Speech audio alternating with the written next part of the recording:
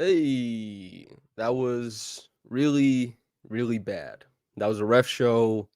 That was terrible.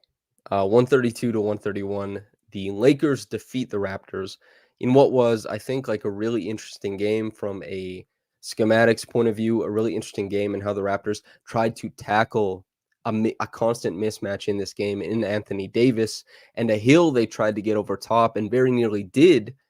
And I think they were undone largely by refereeing. And I don't want to. I have a quote. I'll read from Fred VanVleet, but I'll let the live stream go for a minute or two because I think there's cursing in it, which would demonetize everything. But I'll say this: uh, the flop by Anthony Davis, by the letter of the law, it's probably going to be called a moving screen in the last 2 minute report. There's also like ticky tack stuff that the Lakers benefited from. At one point in that fourth quarter, though, the Lakers were 19 free throws to the Raptors, too. The big problem with this is that basically every single play that happens on an NBA court, whether it's the primary action on ball or whether it's something off ball, there's going to be a foul. There's going to be something that happens. There's going to be awkward incidental contact that you could call a foul.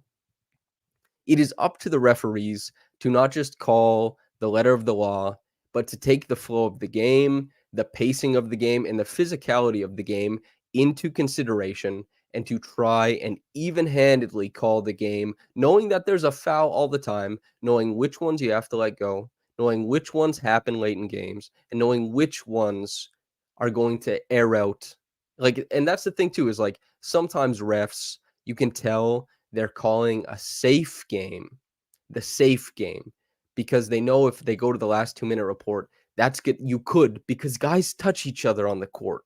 They run into each other. There's contact, all that kind of stuff. And they say like 96% of the time or 96 or 98% of the time when an NBA ref blows the whistle, they are correct. That's totally true. Because if you blow the whistle, guys are running into each other, crashing into each other. But the thing is, you could blow the whistle almost every play. You have to even-handedly allow physicality to emerge in this beautiful game where bodies collide and players, they compete against one another in a confined area, and they're some of the best athletes in the world. You just, that's how it is. It's tough when it doesn't go the way you want it to. IQ getting, the foul, I get it, offensive foul. I typically have a problem with that because, like, I play basketball. I played a decent level of basketball. Everybody I know who plays a decent level of basketball and up, you understand that, like, on that euro, on that sweep through, that step through, you bring the ball up because you don't like unless you're doing the quick like sweep through at the bottom like James Harden or Jalen Brunson, you're gonna bring it up here. If I'm the defender and I catch a bow in pickup, Trey gets me all the time, man. There's a height difference. I say I'm not supposed to be defending with my face first. An offensive foul, sure. Calling that a flagrant to me was so insane. It makes no sense to me, right? Like it's just nonsensical. And Nesta says, what happened to being taught to play elbows out? There's like some of this stuff that is ingrained into people's body language, into the aesthetics of how they operate and move around the court. And Jacob Tarasov says, Trey swinging bows and pickup. You're certainly correct. He does. He's a big Euro step guy, big step through guy. The thing is, Ben Taylor and that crew, I think, did this game a significant disservice. And I'm going to go to the Fred VanVleet quote on it.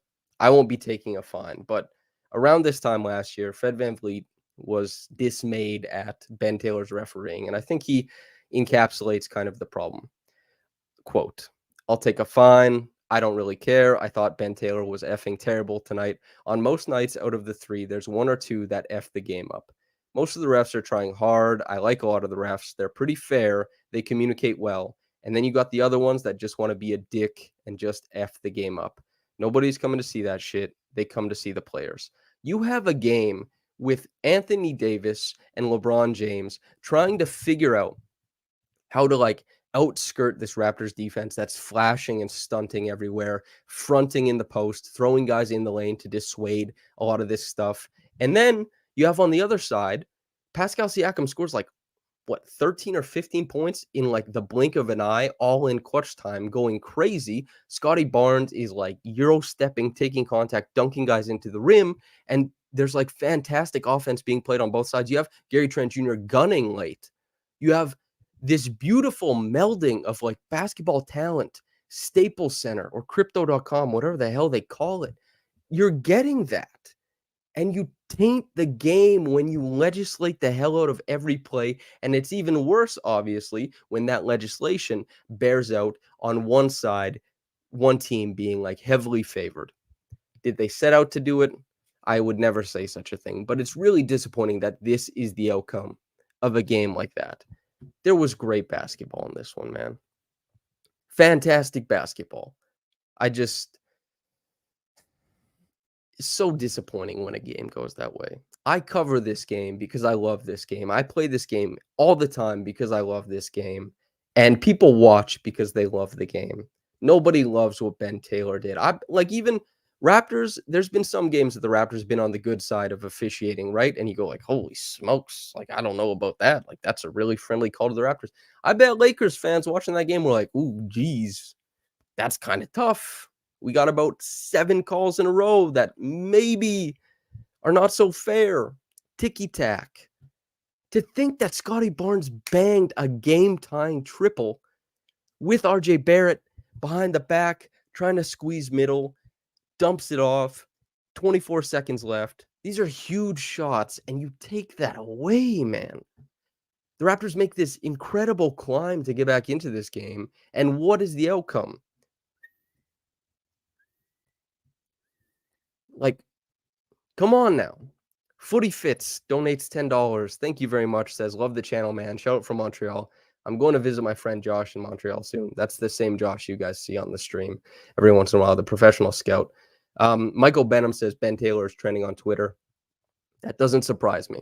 Tremaine Grant says the last 2-minute report is going to be great. I do wonder what it's going to say because, like, again, uh, a lot of those they're going to say by the letter of the law were fouls. It's kind of like a good ref doesn't call to the letter of the law. A good ref calls the game as it's meant to be called. And there's like an art to it. And refs will tell you that, you know.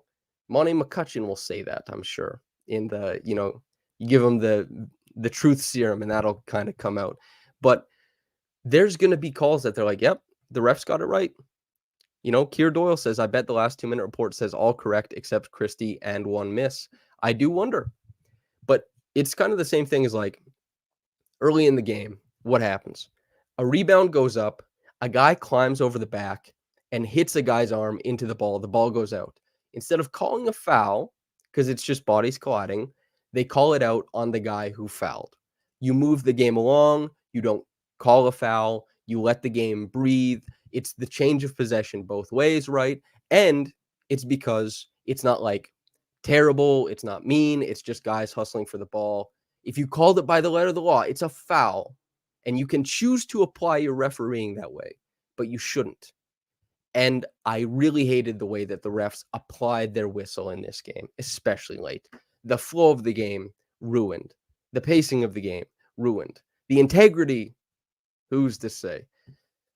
Quinn Everett says, first time ever tuning into a live post-game show. Hello, Raptors fans. Sorry you got host tonight, but at least Scotty really is that good. Scotty really is that good. If we have a $10 donation from Nabil who says, "I have information for the league office regarding Ben Taylor's whereabouts on January 6, 2021. Storming the Capitol." My goodness, Ben. I haven't seen you since the Capitol riots. Oh, that's funny. James says, "We were the better team. Should have won, but what else can we do?" Yeah. It's about 10 minutes of ref talk. I'm ready to let it breathe. I'm ready to talk some basketball. If you guys don't want to hear basketball, I think Darko's talking. You're not going to hurt my feelings if you want to go elsewhere. But we're going to start in the first quarter where Anthony Davis scored like 15 points in like 6 minutes. The Raptors coming into this game, this was what everyone talked about, was Anthony Davis is a tremendous force. I think he's top 5 in paint scoring in the NBA. I believe he's 3rd. He is one of the best rollers in the NBA. He's no slouch when it comes to posting up, and he shapes to the ball tremendously well. He knows how to maintain passing angles. His catch radius is absurd. His vertical spacing is absurd. He can go and get stuff. He can like keep the play alive on a pivot, finish with a dunk, and he's great. And the Raptors really didn't know. In the middle of the game, I think they found a decent pacing for how they or pacing, spacing, sorry, for how they really wanted to guard AD. And I think it worked for a little while. They were kind of like zoning him up +1, seeing if they can really help move the ball elsewhere and recovering, leave him on the weak side, and always have somebody tagging in case he wants to go up there and catch a lob or something like that. But early on, the Raptors are gambling, like rotating to the ball, shaping to the ball, moving off of him, and he's finding himself open. Everyone is saying Darko just went crazy. Good for him, man, because you can't, as a coach of a team, and he's probably not paying that fine. I'm gonna be honest with you. I don't know what he said. I'm not gonna watch it live or anything like that. But this was a game where Darko, you want to stand up for your guys. You want to have some cachet in the locker room. You want these guys to feel heard. You want them to feel like you have their back, not just the guy who is like a good guy in the locker room and is nice and has all this kind of stuff, but a guy who goes to war and says like, "Hey man, I think we got hosed." Yeah, that's what you do as a coach. Dynasys says, "Shut up, raps are trash. Just cope harder." Listen, man, I keep saying this to people. I don't know what you guys do after a win. Come in here and try and revel in like Raptors tears. I've never won anything in my life and wanted to hang out in the losing side. Never ever. Like never ever in my life. That is such an odd thing to me. You're just like someone who like just steeps themselves in negativity. It's crazy to me. Like enjoy things instead of like negativity. I'll never understand it. Confuses me as someone who likes to, I guess not do that kind of stuff, but cope, I suppose. Everyone's talking about Darko. Here's the thing. The Raptors. What was the crux of how they achieved things tonight?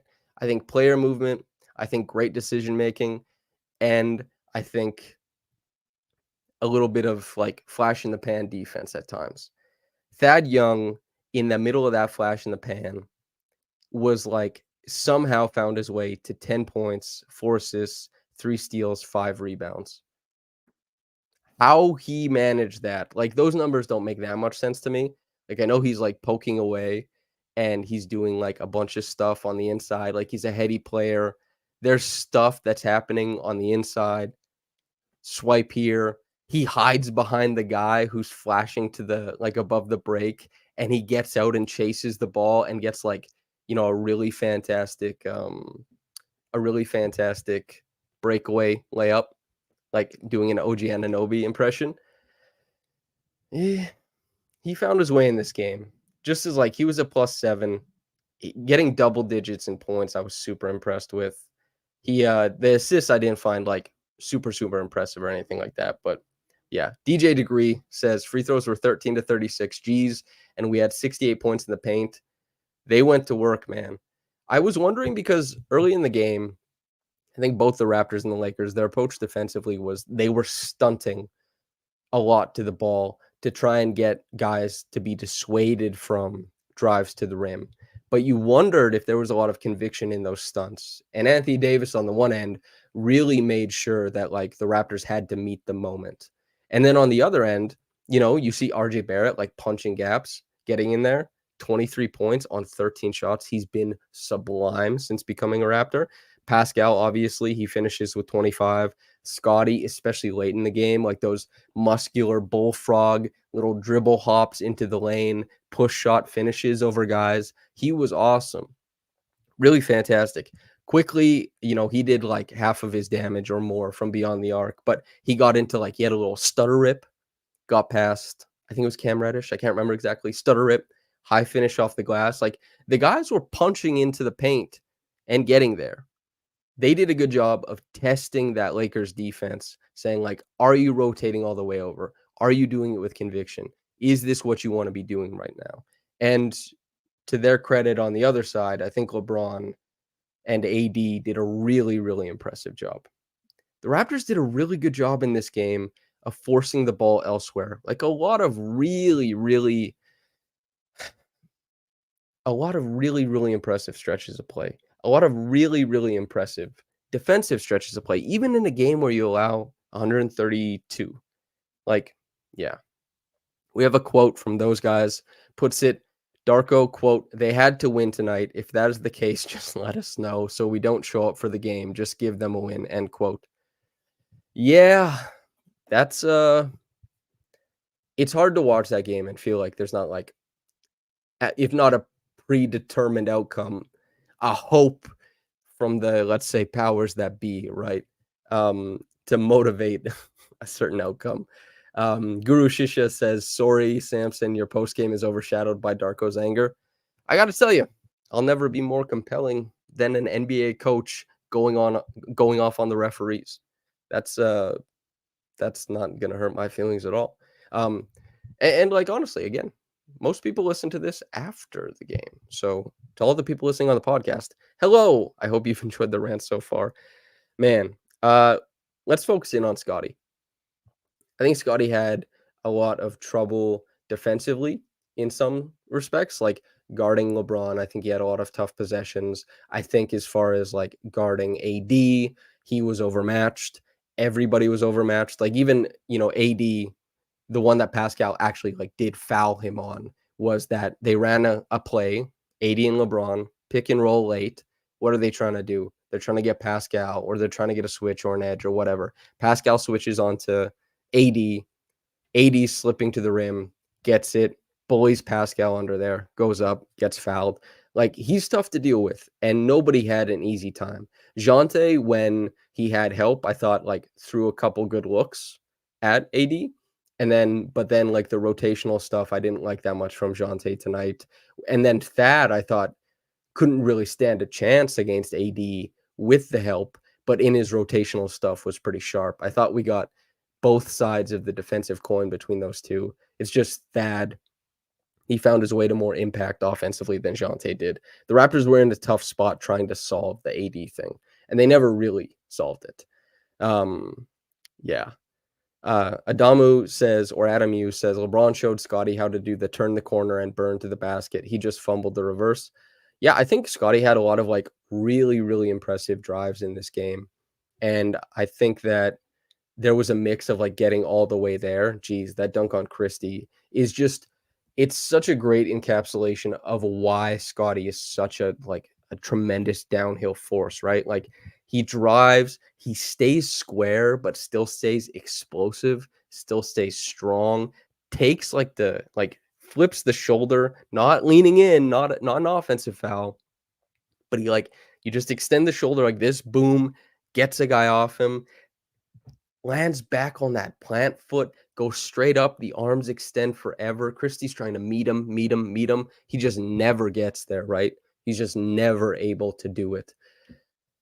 Man, he dunked him into the rim, kind of like he did on against Sohan. He's also had that move, that exact same dunk he's had on Kevin Durant as well, who isn't like obviously the thickest guy to move around, but it's like, man, he is such a force going downhill. And I think in this game he had bouts of like passiveness. And you see people comment about it during the game, and he's trying to like find the pacing, especially early on in the game. He's like, am I a shooter right now? What am I trying to do? Am I punching gaps? My live dribble? How dangerous is it right now? What am I trying to create? A couple of the threes that Pascal hit late in the game, right? Who created them? Who collapsed the corner? Who hit it out there? Scotty did with a live dribble. He's a really unique player in that, like, he's so dangerous going to his left despite being right-handed. And especially for a guy who finishes right-handed all the time. But he is really confident and composed coming downhill with a left-handed dribble. He collapses the left side of the paint. Guess what? Pascal hits an easy three. It's always trying to manage the game. What does he want to do? He can, like, he's added a jump shot at this point. He can do so many different things. And in this game, I thought that he was able to input himself, especially in that fourth quarter, really, really impressively. RR says Scotty Pascal two-man game is automatic. They can do stuff together, like, certainly. They can find a lot of stuff to work on, and there's, like, most of it involves physicality, not quickness, not, like, a ton of skill. It's just those guys overwhelming their checks, and then, sure, you can score within skill in that, but, like, these guys, there's a ton of stuff. I talked about this, the last podcast episode. A lot of their stuff can be two-man game, off ball and on ball, and they can kinda toggle that stuff. Scotty, I was really impressed. Pascal was, like, pretty passive in this game. It wasn't his, right? He with a live dribble is more attacking, like, in a quick straight line. He's gonna pick up his dribble to beat his guy. He wants to get past the hip, and then he wants to get, like, beat the guy to the glass. That is how he achieves it. Whereas Scotty will, like, keep a guy on his hip and take a guy all the way to the rim and then finish over top. Different approaches, both some of the better drivers in the NBA. Pascal has been for, like, years and years and years. But Pascal coming on at the end, I thought was, like, incredible. Like, he hits the three at the end. Well, he hit 3 threes at the end of the game. 2 from the same corner, 1, the shot that had them losing by 1 at the very end of it. But my goodness, and that 45 cut too, finish at the bucket, left-handed layup. He did it all in really short order. And man, the Raptors, if they weren't getting jobbed by the whistle in this game, I think we could have had a really fun outcome where Pascal and Scotty just, like, burn them up, just go crazy at the end of the game. Like, what a display of scoring from the two of them. Like, Pascal doing it with a tremendous amount of finesse, Scotty doing it with a tremendous amount of power. And both those guys, they're just so impressive. Joseph Cassidy says Scotty's crazy off-balance floater hook, some fun plays. Yeah. In Scotty's first season, he shot, from the start of the season until March, he shot 57% on his contested hook shots. Really, really impressive. And that was something that SIS, Sports Info Solutions, was tracking. It's not a number you typically get from anywhere else. And as someone who, if anybody in here is unfamiliar with my work, I've tracked all of Scotty's possessions through the first 2 seasons, and I roll a bunch of unique analytics and I roll a bunch of unique numbers. And one of them is that Scotty is one of the best in his second season. I calculated, like, he's shooting over 55% on contested hook shots still. A lot of those come push shots, hook shots, whatever, in clutch time because he gets to the soft spot in the floor and he just makes it rain from there. He has tremendous touch. He can lob it. He can throw a fastball in there. He's really, really impressive. It's like really impressive scoring. Coco says Samson Spectrum Analytics. That's right. It would have been cool for that to be the outcome of the game. But the outcome of the game, obviously, is that the Lakers knew what advantages they wanted to press. They pressed them to the tune of a whole bunch of free throws, some fouls, and they closed out the game. It's tough. Yeah. This game is a tough one because I know everybody wants to hear completely about the refs, and I feel like, 12 minutes on them was just enough, and the rest is basketball. Emmanuel, quickly, can I diagram a play for everybody? I don't actually know the name of this play, although it is a triangle concept for anybody who wants to know. But I'll have to ask the players or Darko when I get a chance. I'm obviously not on the road with everybody, but let's diagram a play since those are pretty fun. Okay, this one resulted in an Emmanuel quickly triple, and I really liked it because there were a few different options to go through. Okay, you guys can still hear me? Here we go. IQ triple. All right. If I remember correctly, starts off with Dennis bringing the ball up the floor, right? This is how it's going. Pascal comes from the corner to set a flex screen for Thad. Thad comes over here into a pinch post action. That means that has a post up with nobody in any of this area, right? Dennis comes over here at the same time. RJ comes off of Pascal, who is now setting a screen right here after he set the screen for Thad. Pascal sets that screen. RJ, back door, right? Okay, there he is. Thad can make that passing read to there if he's available coming off that screen. But Dennis coming over at the same time to set this screen for IQ coming over here means that this area is heavily contested by the Lakers defense. This means that the Lakers have to commit two to either the down screen or the pin down. They commit two to here. IQ comes clear over top to right here. Thad makes an easy pass to him right here. He bangs a triple. This is triangle concept. This is a great play. Multiple options at once that the defense has to contend with. And Emmanuel Quickly, certainly a hell of a shooter. You can build a lot of the packages out of that kind of stuff. Yeah. So that's what it is. Sagan Stevens says, come on, you won't even talk about how the refs gave this game to the Lakers. You should do a podcast about the Lakers. You guys come into a podcast that's been going for 26 minutes and you just assume that I haven't talked about something? Why would you do this? It's so rude. You want me, like, this is a live thing, guys. You want me to just be on a replay, repeat the same ref points? What are we doing? Come on now. You gotta give people a little bit more faith than that, I think. That's my interpretation of it. Phoenix Plays E says, Coach Samson back at it. Draw me something with horns involved. I was paying attention to something in this game for you, Phoenix Plays E, because you had mentioned on the live pod I did with Trey that Pascal was kind of like an Anthony Davis stopper. And while we didn't get many looks at it in this game, I think he only had 4 possessions where he was like the guy. I think that AD scored on 2 of them. I think that maybe he isn't anymore, but I know what you mean. Like Pascal has had success in the past, and so that's something. Yeah,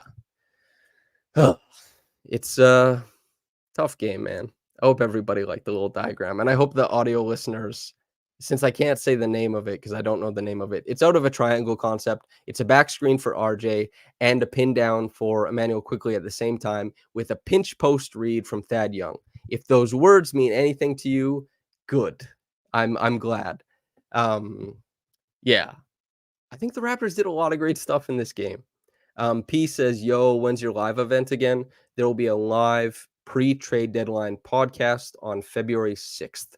We haven't announced anything officially yet, but that's when it'll be, and it'll be at Rivoli downtown.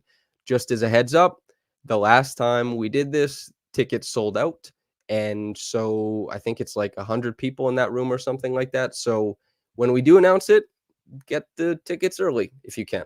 All good. Okay. Okay, let's see here. Everyone's saying I need a small whiteboard. I do. Yeah. Phoenix Blazy asked, how far do I think this IQ screening stuff can go? They use them a lot. It makes sense though, right? Obviously, the Raptors have Scotty Barnes and Pascal Siakam who allow them to target mismatches almost more than any other team in the NBA, especially from the wing or the forward spot. Like even LeBron at this point, he's not as able to target a mismatch as Anthony Davis is. LeBron at this point is probably not as able to target a mismatch as like Pascal or Scotty. Like in a lot of games, it's the Pascal and Scotty are a really special duo as far as like attacking mismatches from the wing, and they do it differently. And Emmanuel Quickly is just a cheat code a little bit in the same way that Fred VanVleet was a cheat code for a long time, and that like he's willing to set a good screen and he can like rain hellfire while in motion. That's a very good combination, you know. Phoenix Plays E says that little RJ and IQ inverted pick and roll gave me heavy Lowry and Butler vibes. We also got an Emmanuel Quickly inverted pick and roll with him and RJ, and Emmanuel actually cashed a triple off of that. And so because they brought 2 to the ball on RJ, because RJ has been so goddamn good lately, there's a lot to glean. You can get stuff from IQ as a screener, and they haven't gotten a lot of stuff with the chin action stuff like out of the Princeton offense, not yet. I haven't been able to make mutton chop jokes, not really. But yeah, I mean, the first basket of the game was a flex action with IQ as a screener. Pascal came around the baseline off the flex screen, post entry from Scotty to Pascal. Pascal made a layup. Great. Perfect. Love to see that. IQ has a ton of utility.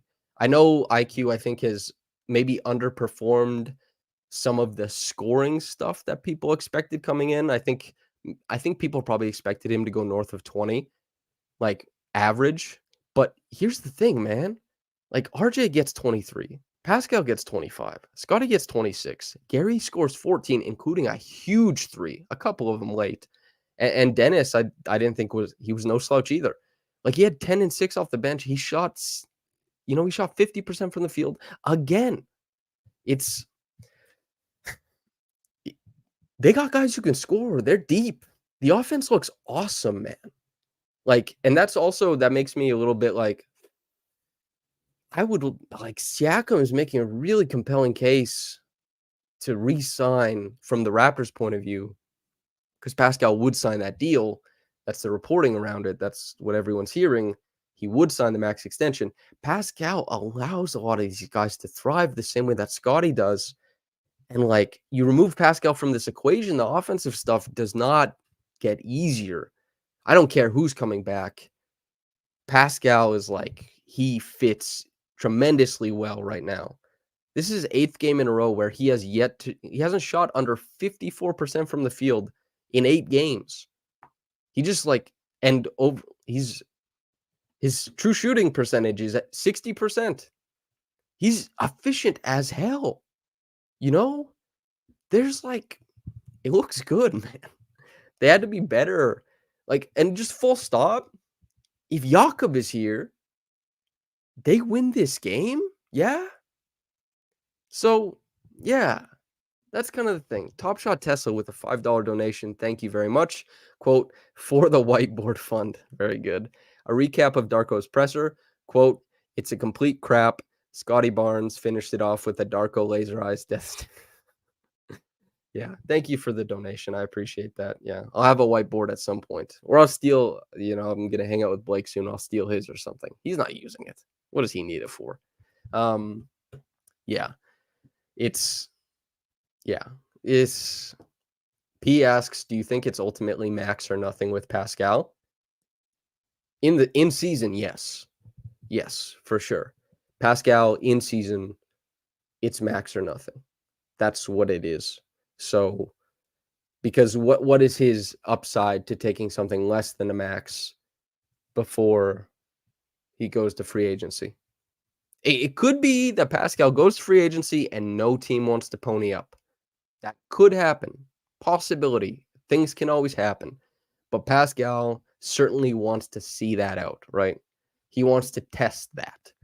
And if he doesn't have to test it, if Toronto just says, take it, here's the money, then he would take it.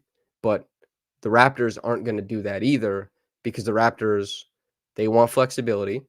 We're going to see what happens prior to the trade deadline. If they think they can have their cake and eat it too, that's the job. That's Masai's job, right? Masai and Bobby, their job is to know whether a guy is going to come back or not. They thought they had it with Fred. They were wrong. They obviously talked to OG. OG told them what his intentions were most likely going to be in free agency. They traded OG because they probably said, like, we're not getting this guy back if we let him go out into free agency. So it's up to them to know, like, can we keep Pascal if he goes to market? And I guess we'll see. But there's basically, like, the Raptors probably feel, if you want to do the read tea leaves or based on what a person hears or anything like that, that they can try and shop Pascal while also being able to, if nothing materializes, that they can bring him back. Michael Austin says, when do you think the narrative around Siakam's shooting shifts from his early struggles to him hitting a stride more recently? Like, what more does he need to do? I don't know. Maybe if people listen to this, they'll know more stuff. Typically, like, this podcast is pretty good at keeping up with trends, play style trends and stuff like that. We've been up on the Pascal stuff for quite some time. I think that Pascal, at this point, he's probably close to 30% from downtown, 60% true shooting. The efficiency has been truly remarkable. The jump shot has come around. Like, when I looked at that, when I in the middle of his well, actually, I wrote the piece basically at the end of his big slump, the 5 for 52 three-point shooting stretch. And I looked at every single since, he started shooting threes effectively 2018. I looked at every single 15 game piece. Okay. What is Pascal's high water mark? What is his low water mark? Like, how bad of stretches has Pascal had? And he had the worst 15 game stretch of his life. Based on what I'm seeing, Pascal has just had the best 15 game shooting stretch of his life from three. Go figure. So, uh, go figure. He has had both in the same season. That's crazy. That isn't the norm. Typically, guys are a little bit more stable than that. But it wouldn't surprise me if Pascal finishes this season at like 32, 33%. It would probably surprise me at this point if he finished the season shooting less than 30% from three. He's at 31% now. Certainly different than when it was sitting at 18.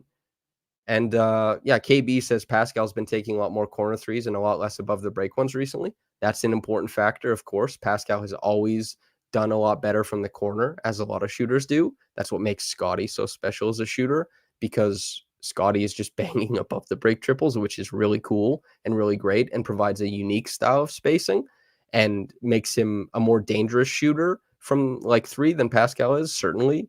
Even better than like Pascal's best year, 2019-20, where Pascal was like banging above the break triples off the bounce. Cool, but like Scotty, the step he's made is historically like it's a historic step relative to where he was and where he's been. Getting Pascal more corner three looks is important, of course, but also he's been hitting more above the break threes too, and it's all just been trending in a really, really positive direction. Party Animal says, can this offense survive without Pascal? They look good right now. Yeah, they've been one of the best half-court offenses in the NBA over the past month of basketball, and that's before the trade. And the biggest motivators of that success are Pascal and Scotty. And they're playing really good basketball right now. You wish it was, 4-1 since the trade instead of 3-2. 3-2 doesn't seem to perfectly communicate just how good they've been playing, especially when they just get shellacked by the referees in this kind of game. But they're playing good, man. I kind of want to focus on RJ, please and thank you. He was really quiet down the stretch. I commend him for that, because the reason why RJ, who is one of three from downtown tonight, this is, to me, huge. He had a big game, huge game. And prior to this, he was 10 of 19 from downtown with the Raptors. That isn't real. That's not real. He's not going to do that. He's not that level of shooter. One of three is closer to what we can expect from him over a long stretch, right? But he's 10 of 13. He's incredible. That means he's 9 of 10 inside the arc in this game with 10 boards and 5 assists. If anybody wants like a really good breakdown on RJ's game, you can go to raptorsrepublic.com. I wrote a big piece on it. But the crux of it is that RJ is taking the drives before him that are typically allowed by the Raptors screening, and the defense is bending for Pascal and for Scotty. And RJ, I think, has done a tremendous job of seeing gaps that he hasn't typically seen while with the Knicks, seeing gaps that he hasn't typically seen like over the course of his career. And he's taking those, punching through them. And for a guy who has been, by the numbers, underperforming and below average at the rim, short mid-range, long mid-range, and from three his whole career, you look at his skill set and you say, at least the rim finishing, you look at his strength, you look at his ability with his left hand, and you say, it doesn't make sense that he's underperforming.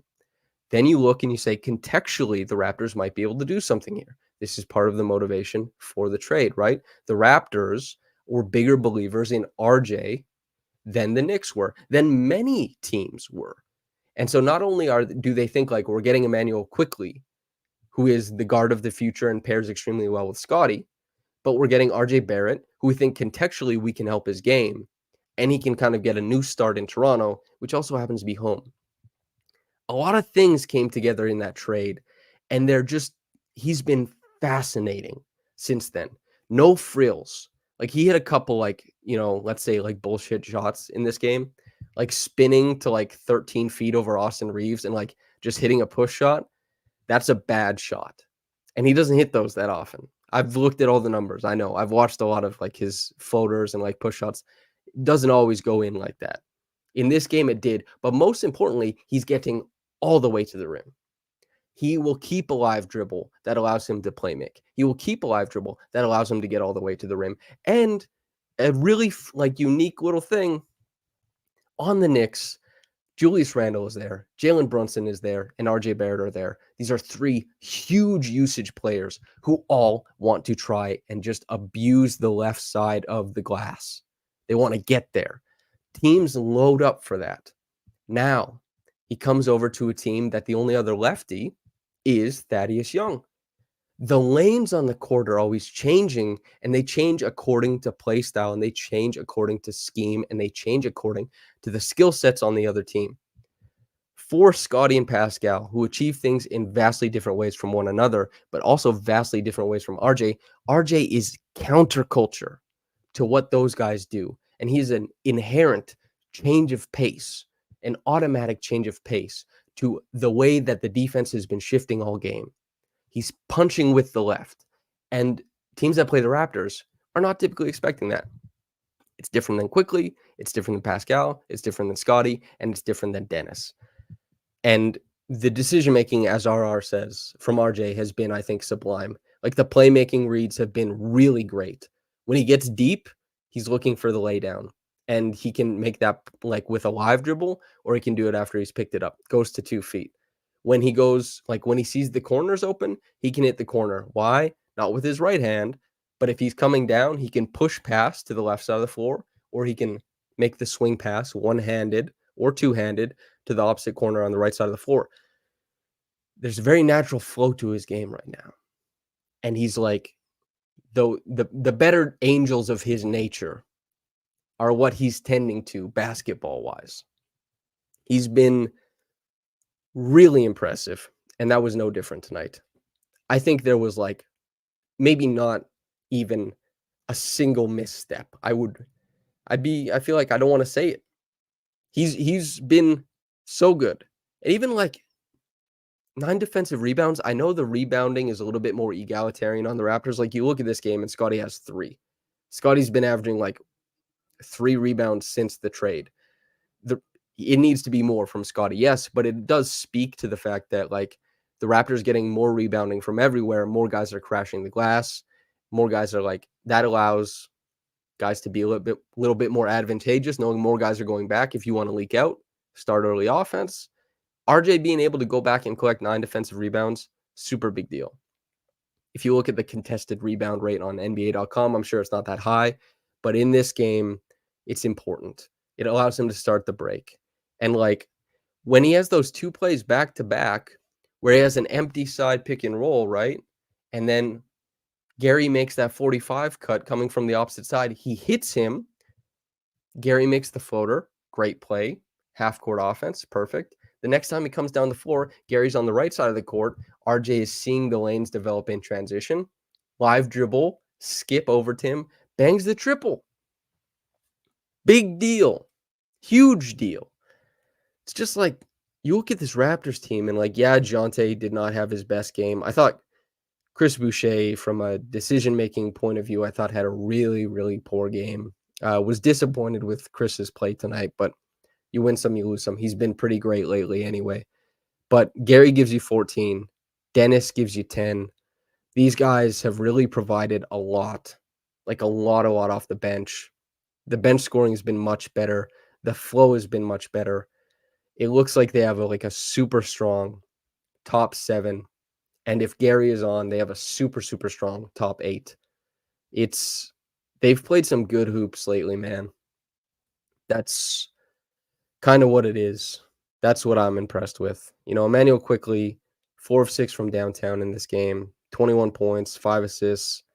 He fouled out. So did Scotty, technically, I think, but Scotty plays 40 in this game. And Quickly, you want to see more than 26 minutes.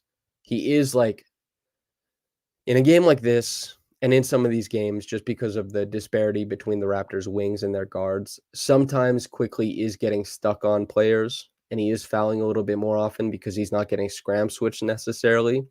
And he's also, he's not there are some matchups that he can't contend with physically. That's kind of how it is. And so he's fouling a little bit more often. He's also like a super, super impressive off-ball defender, but that activity does make him a little bit more, have more proclivity towards fouls. Yeah. Thanasin Balashandran says, was I tripping or did no one touch Reeves when he got his last foul call, the one where he took a midi? I did not think that one was a foul. Like, you could say, like, Thad was trying to slide with him, and they got the bump. Like, Reeves had the forearm tucked, had it on Thad's, like, hip / whatever the hell, lat, this is called, had the little shove, went back into space, had the push shot. And I looked at that, and I thought that Thad had pretty good compete. Didn't necessarily like beat him to the spot, but I hate how Austin Reeves is typically reffed. I don't like the foul baiting of his game, and that's kind of just like he got one. But that probably should have been a no call. I think Pascal had like the exact same play earlier in the game, just lower leverage, and it was on Taurean Prince. It's just like, I don't know, man. Yeah. Finn Murray, this is cool. Says, love the podcast, Samson. Listening in from Scotland on my way to work, getting the chance to catch the live pod with the West Coast late start. That's cool, man. That's really cool. Thanks for listening. I can see like the analytics and see all the different people listening from around the world, but cool that you commented. I love basketball being a global game. Amit Kumar says, I am pissed. Samson. Yeah. I was pretty disappointed after this game too. The first, I think, 12 minutes of the podcast was just talking about refs. Them as the breaks. C4C says RR reaching worldwide. I love that. I'm pretty sure Raptors Republic is the biggest Raptors website in the world. There's no shot that Raptors Republic has more traffic than like Sportsnet, obviously. But as far as like just a Raptors thing, I think Raptors Republic is the spot. There's the most people in the media room for Raptors Republic as well. We try and do our best. It's a good website. I'm glad it's global. Oh, tough game, man. People want me to react to the Darko thing. Braden Link says he's watching from Hong Kong. Hell yeah. Very cool. I don't want people to start saying they're from places that they're not from, though. I'm just like, people are gonna be like, yeah, I'm like from Zambia and stuff like that. I don't know. People might be just trying to, pull my chain or something like that. Kayla Gray posted it. Okay. I'll watch it and I'll play it into the mic for everybody so we can all listen together, and that's what it's going to be. I'm not going to put it on screen or anything, but yeah. Okay. Darko is a real one. All right, we'll let this load. All-star caliber player as well. How's possible that Scotty Barnes, who is all-star caliber player in this league, can go every single time to the rim with force and trying to get to the rim without flopping and not trying to get foul calls. He gets 2 free throws for the whole game. How is that possible? How are you going to explain that to me? They have to win tonight? If that's the case, just let us know so we don't show up for the game. Just give them a win. But that was not fair tonight. And this is not happening first time for us. Scott Barnes is going to be all-star. He's going to be the face of this league. And what's happening over here during whole season, I've been holding the bag. It's a complete crap. Coach, do you feel like you're getting any explanations at all? That offensive foul, did you see get any explanation? No, there is no explanation. They just come up there, they review and they see what they want to see. They don't want to hear us what we got to say. They don't want to hear the players. They don't just want to protect us. Over again, they got 36 free throws, 23 free throws in the fourth quarter. What are we talking about? How are we going to supposed to play? Is this a one-off, or do you feel players in our team? Holy smokes. He was cooking, man. Holy smokes. When I was reading the quotes in chat, I've spoken to Darko. I've had conversations with him. I've sat across from him many times. And I was not reading it with that in my mind when I was thinking, how did Darko sound when he said that? I was like, I didn't expect that. He also kind of started like low key. He's cutting a trailer for like Scotty Barnes All-Star announcement, which should happen, and I hope does happen. But like they need to clip that, the Raptors, because having him like screaming like Scotty Barnes is an all-star. He's the like face of the league in the future. It's pretty good if they're trying to make content out of that, But he's right. Like what he said, they go to the review, they see what they want to see. Kind of appeals to what I said at the start of the podcast, where I said you can call almost anything on any given play. The refs have to be responsible, not just in like legislating the game and calling it to the letter of the law, but calling the pace of the game, the expected physicality, and applying that even-handedly. I don't think it was applied even-handedly, and Darko obviously does not think so. He's getting fined. He's getting fined. I don't think he's going to have to pay that, but somebody's paying that. The Lakers broadcast was agreeing that it was BS too. Yeah, I watched the Lakers broadcast. The biggest thing I take away from them is that they didn't that's a tough broadcast to watch. I felt like they called guys the wrong name all night, even on their own team. Like they just didn't know who guys were. They knew who LeBron and AD were, but everyone else, it felt like they didn't know. Not much in the way of like insight or analysis I didn't find. It's just like guys talking, which that's like the original podcast is like broadcasts, like especially baseball broadcasts. It's just two guys hanging out was like the genesis of it. But yeah, Coco says Masai should cover the fine.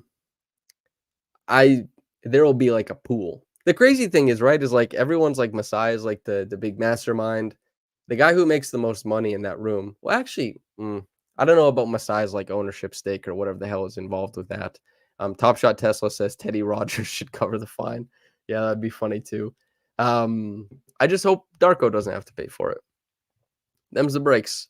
Andrew L says typical Lakers broadcast. RR says terrible broadcast. Joseph Cassidy says I'll pitch in for that fine. Don't give too much, okay? They make a lot of money. It won't be Darko, but don't start the GoFundMe. Don't worry about that. Just the next time you want to tweet fire Darko, holster that bad boy. That's the payment you can offer up. ND says Twitter having fun tonight. I imagine they are. Okay. Top Shot Tesla gives $5. Thank you very much. And says, if you don't think independent media is important, just peep what went down with Alex Wong on the Raptors show. Thanks for the effort as always, Samson. Independent media is incredibly important. There's a lot less of it regarding or revolving around the Raptors than a lot of other teams, just because of kind of the duopoly in Canada, obviously. And it is like a bunch of fledgling attempts at like trying to make money or support people who are trying to work. And there's like two avenues basically to make money doing this. It's been like work for TSN or Sportsnet. And that's a tough position for a market as big as Toronto that should have like so much important coverage like Toronto. And, that's why Raptors Republic, it went to a subscription model, because we have to appeal to people like, hey, it's, we're trying to support people. Alex was not let go. Alex wasn't let go. For anybody who thinks that, as far as I understand it, Alex left the Raptors show, and I can't comment on anything more than that, but I'll say that Alex and Will created something like extremely special, and I think people felt really represented by what they did for the show. And I think that I enjoyed being on that show. I imagine I'll still be on it going forward. And Alex was the producer. Alex reaches out. Alex is like extremely prepared. Alex does such a fantastic job of that. And I think the show will miss him tremendously. And I think that's something that Blake and Will have expressed and will continue to express, he seems like the Will and Alex dynamic is part of the fabric of Raptors fandom. And so to lose that is disappointing for fans. I really loved the Raptors Reasonablest podcast with Blake and Eric. I was disappointed when it started. That's why I did a Raptors Reasonablest episode in the summer where I brought Blake and Eric on. I, for a long time, really loved like Jalen and Jacoby on Grantland, and I liked a lot of the Grantland stuff, and a lot of that stuff ended, right?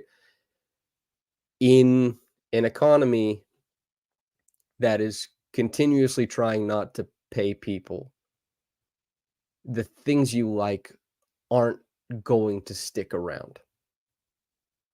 That's what's happening. In every medium, there is brain drain and there's loss of talent because not enough people get paid well, and every single company is trying to like not support people, and they think they can get away with it forever. And that's why like Raptors Republic does what it does. We wanted to appeal straight to the audience to say, like, do you guys value what we do? Do you support what we do? And are you willing to pay for that? Myself, I pay for patrons, I pay for access, I pay subscriptions for stuff that I like because I think that's the most tangible thing I can do. That's why I do it. And when we announced the subscription model for RR, because we think RR is worth it, people were upset. And like, I understand you want free stuff to be free, but there's a burden as a consumer not to just consume, not to just eat your content, not just to like yum, yum, yum, yum, yum, yum, yum. You have, as someone who enjoys something, if you enjoy someone's something, whatever it is, they need support. And if you think they don't tangibly get it and you can offer it and you have the means, it's really important. That's something I live by myself as a consumer. Coco says everything is relational. It certainly is. We need more we need more labor representation everywhere. We need more labor power. It's how you create change. It's one of the most important parts of like any momentum in the 20th century was unions and stuff like that. I know there's probably people who don't like unions in chat. I'm really alienating some people right now, but unions don't just operate as like helping elevate wages everywhere, and they are relational to other stuff, and like strikes are relational to other stuff, but they allow you to move as one. They allow you more power in your workplace, and they allow more power to other workplaces and all that kind of stuff. And people being devalued, people not doing things that you really like anymore is of course tied to people trying to pay people less and devaluing people. And I know everyone loves their slop and loves their content and all that kind of stuff. But you have to be mindful. If you like people doing stuff, then that's kind of what it is. Alvin NG says unions make workers lazy. Maybe. I've never looked at that empirical evidence. I haven't looked at the efficiency numbers recently for unions. I don't know what union workers are their true shooting percentage from the floor, but I've talked enough about my pro labor stuff, which I do every once in a while, of course. Yeah. Ali Does says Ben Taylor belongs to a union. He certainly does, and I support his right as a worker, and I support the NBA's right to perhaps look at this kind of stuff with their overhead to analyze what he's done wrong, to analyze what his crews do wrong, and to hopefully be able to make decisions going forward about how many games they get or whatever else. Like, under the framework of that, there are downsides to being, by all accounts, like a really bad ref on the night. Um, Top Shot Tesla says, if you love/hate Union, smash the like. Certainly. Go nuts, everybody. Phoenix Plays E says, you think the last 2 minutes going to be crazy? I don't think it will. It's kind of like what Darko said and what I said at the start is that they see what they want to see because there's a foul on most plays. So that's you can call a foul in most plays. We have some donations that I have to read off from Dale, just $10. Thank you very much, Dale.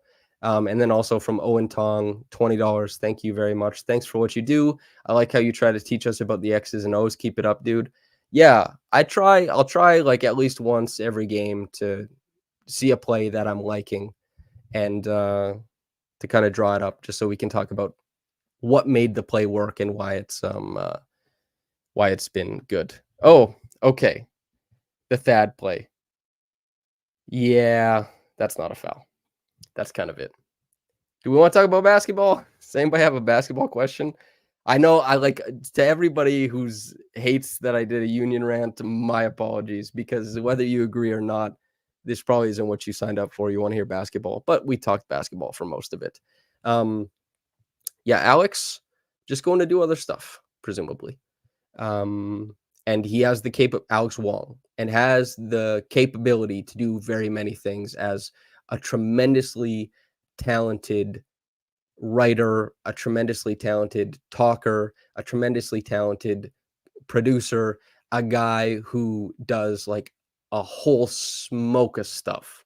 He will go and do a bunch of things at his own pace and at his leisure. Alvin NG donates $7. Thank you very, very much. And Phoenix Plays E has a $10 donation, says, predictions for the Clippers game and what you think is the most intriguing aspect of that game is going to be. That is a really, really great question. I'll say this. Wings. Wings is the biggest thing. It will also come down to some degree, I expect, that front court thing again. The Raptors obviously had a whole whack of trouble with Anthony Davis. Zubats is not Anthony Davis, but I think that the same way that the Raptors had a stretch where they struggled with Domantas Sabonis, clearing out space, carving up for offensive rebounds, Zubats could also kind of undo them on the inside for stretches in time. And that's something to pay attention to. I think the Raptors have a way to really solve a lot of the Harden stuff in the same way that they solved a lot of the Harden stuff in the playoffs against the 76ers. What the Raptors did was they switched liberally on Harden so that what they try and make Harden do is move the ball off, and then you help off of Harden. Why do you help off of Harden? Because he is a catch and hold player. He deserves to be a catch and hold player a lot of the time because he can pick up wherever he wants and create an advantage. But that catch and hold aspect, the thing that allowed the Raptors to get back into the series against the 76ers after going down 3-0, was the fact that instead of overloading on Harden and making the ball spray out to a guy like Tyrese Maxey, who is definitely not a catch and hold player, would attack with advantage, would carry advantage, they didn't overload on Harden, would help off of Harden, and made him the guy for catch and hold. We'll see what happens. I think Harden is one of like the linchpins, obviously, of what the Clippers do. But the Raptors, I think, with their switchability, with their size all over the floor to recover, they might have a chance to give James an awkward game if he's not fully on it. Of course, what James can do is like flatten things out and score the hell out of the ball. We'll see. And then, of course, there's the Paul George aspect. There's the Kawhi Leonard aspect. And Kawhi has been like one of the best players. Some people are saying he's been the best player in the NBA over the last month or so. I guess we'll see. I am very, very interested to see what happens with that. There's so many matchups in that game that you really can't say exactly how it's going to happen, because I thought that the Raptors were going to start Dennis tonight, and they started Thaddeus Young. So from opening tip, I don't even know who's going to be in the starting lineup tomorrow. I don't know what it's going to look like, and there's so many different permutations to what the Clippers do. Who knows? Getty D or Jetty D, sorry if it's the wrong pronunciation, says more union rants, please. That one was fairly lengthy. I'll leave it at that for now. Raptors fan says, who has a better game tomorrow, Norm or Gary? Maybe Norm, because Norm can attack a lot of the things that the Raptors try to avoid defensively. And Gary, he might struggle depending on who his matchup is. And Norm, I've been saying it for a long time. That is a trade that I don't think the Raptors won. Norm, if he had been involved in this offense, Norm is a guy who could really play next to Scotty. Norm is a guy who could really play next to Pascal. Norm is a guy who has just been hovering around like 60% true shooting on a bunch of scoring off the bench for like 5 years. He's been one of the best bench scorers in the NBA. Just full stop. And every single time, every single season, you look at the stat line, you're like, he shoots the hell out of the three. He can punch gaps. He can get to the rim. He's not much of a playmaker. He has a more varied skill tree or play type tree than Gary does. And I think Norm probably has a better game than Gary. But yeah. NBA YouTube already has the 100K halftime shot highlight posted. They're trying to bury the game. That was cool. I was watching that because I'm watching a stream, right? And so I have the arena feed. And I seen this guy bang a half-court shot. He won 100K. Dagum. Pretty cool. Really happy about that. Oh, okay. I feel like we can wind this thing down. 131 to 132. I'll give everybody the big numbers before we get out of here. And the big numbers, I mean, 13 free throws for the Raptors, 36 for the Lakers, and the Raptors were very, very aggressive going downhill. And I think that is a huge disparity that didn't reflect the game that I saw in front of me. You get 23 points, 5 assists, and 10 rebounds from RJ Barrett. You get 25 points, 3 assists, and 4 rebounds from Pascal Siakam. You get 10 points, 3 steals, 4 assists, and 5 rebounds from Thad. You get 26 points, 6 assists, and 3 rebounds from Scotty. 21 points, 5 rebounds, 5 assists from Quickly. Gary gives you 14. Dennis gives you 10 and 6. They came out and they played, man. They really did their best. Z Shrugs 123 says no Darko clip. We watched it already. So, yep. To the people listening on the podcast, I know this one was less linear than even the less linear stuff. Richard Pilsky says Scotty should have been the story. He should have been, but I'll tell you this much. They're going to cut a sick all-star promo or all-star announcement clip with that quote that Darko gave. So, hell yeah, Darko. He went to task for his guys. So, yeah. Thanison says, even all the general NBA Twitter accounts were taking our side. Yeah. Most people are not primed to like the Lakers to begin with because of Lakers exceptionalism, obviously. But also, anybody watching that game is kind of raising their eyebrows like, what the hell's going on here? Yeah. C4C says, I hope that helps Scotty get to the All-Star game. And Coco says, I respect him standing up for Scotty. I think that Scotty's going to be there, man. If he's not there and they have like Jaylen Brown or something, or Derek White, that's tough, man. Yeah, I don't know. Phoenix Plays E says we got 3 weeks until we find out who the reserves are. I guess we'll see. Chat, thank you for being active. We had like almost 400 people in here at one point, I think. I hope, I don't know what the likes are right now, but like the video on your way out. It helps it suggest it to other people. And on top of that, thanks to everybody for hopping in. 400 is like stupid at 2 a.m.